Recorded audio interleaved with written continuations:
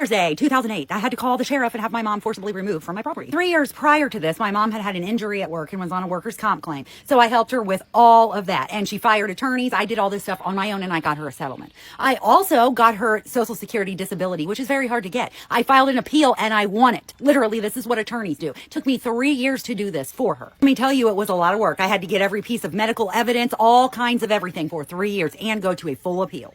So she finally gets her Social Security and she got a back pay settlement. And I think it was like $63,000 or something like that. Okay, I think that was on a Sunday.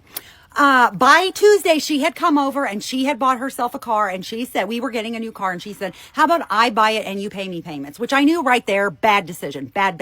I just knew because I knew how she was. Against my better judgment and the fact this is my mother and I just spent 3 years for workers' comp and Social Security doing this for her. I said, okay, I'm going to let her do it. We'll pay her back. We don't have to get a loan, all that stuff. So we find a car, get it. Okay.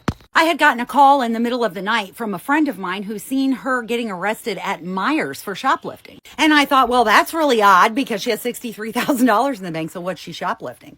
Anyhow, I found out in the next day or so that that was absolutely true. And I couldn't get a hold of her, so I was calling everybody because I figured she was in jail. Anyway, about 3 days later, I wake up in the morning to no car. There's no car out there. And there's a grocery bag, a brown grocery bag, sitting on the porch that said, you didn't deserve the car. The note on the bag said I didn't deserve the car because it wasn't clean, which she would know anyway. This woman, you couldn't even get in her car because there was so much trash everywhere. I don't even know what she's talking about clean. I had it for a few days. It couldn't have been dirty. That was all part of her gaslighting that she did to me my entire life.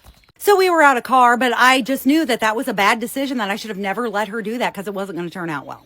Considering she blamed me for absolutely everything in her life. A few days later, I get a knock on the door after the kids are at school. Knock, knock. It's Children's Services with accusations that I'm on rugs and I don't pay money back. They come and investigated for 5 minutes and they were out and it was closed and done. But that isn't the point. After all of the childhood abuse and all the adult abuse I took from this woman, right then I was like, I'm cutting her out of my life, which was the hardest thing I could do because I had no dad. I had nobody. I just had my husband and my children. We were, all alone. So I was like, I'm done. I am so done with her. So for 10 months, I did not speak to her. I cut contact. So CPS shows up at the door on a Friday. Then Sunday, this woman decides to come to my house. She has a dozen roses and she's coming in the guise of, I'm coming for Mother's Day and I'm just giving my daughter some roses after she just called Children's Services on me for nothing.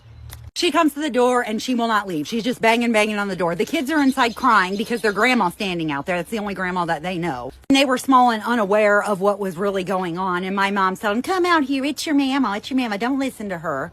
She literally would not leave. She was going out into my shed, into my barn, going through stuff. She would not leave. My husband and I were both telling her to leave.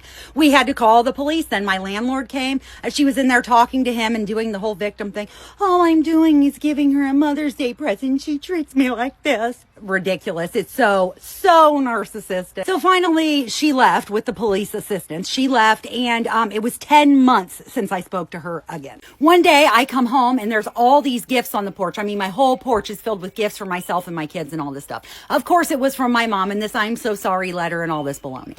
I was so brainwashed and conditioned and all I wanted was my mother to love me, a mother's love. That's all I craved and wanted.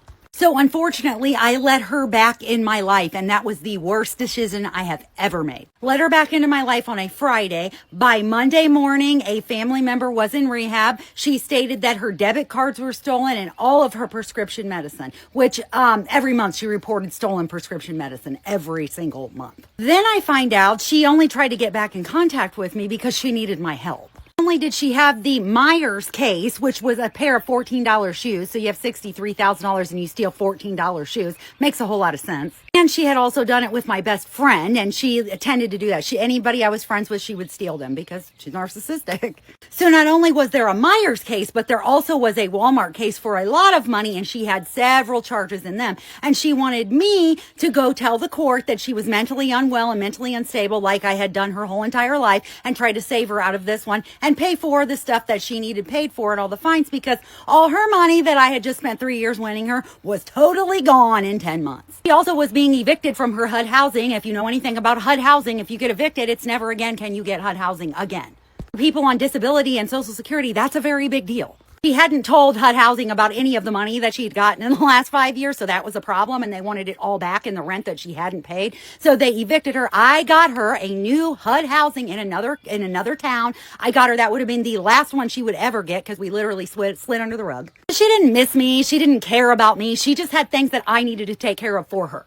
And that about sums up my mother. And we'll take you to fast forward to 2011, Mother's Day 2011, when she tried to me, her and a couple friends. And this was several times in that week, but the first one was on Mother's Day. Now, I can't talk a whole lot about it on here because I'm already violated to the hills, but it's going to be very, very detailed in my book. And the one thing I will tell you to look up is Colombian Devil's Breath. Please look it up and please see what that herb does and what was being used on myself and my entire family. Today, this Mother's Day, 2025, my mom is in prison exactly where she belongs. She's not in prison for anything she did to me or my children. She's in there because of stuff that I was accusing her of my entire life. Drug trafficking, organized crime, all that stuff. She's in there for that now. But I'm the liar. I'm the one that needs children's services, and I'm the one that doesn't tell the truth. Okay. And I have not spoken to her in 15 years. No contact. Best decision of my life. I should have never, ever allowed her back in my life after the first children's services call. That was my very first mistake. And she had been plotting against me, plotting for like 10 years to try to get my children taken away. She was plotting. She is so vindictive, so narcissistic, and she's right where she belongs.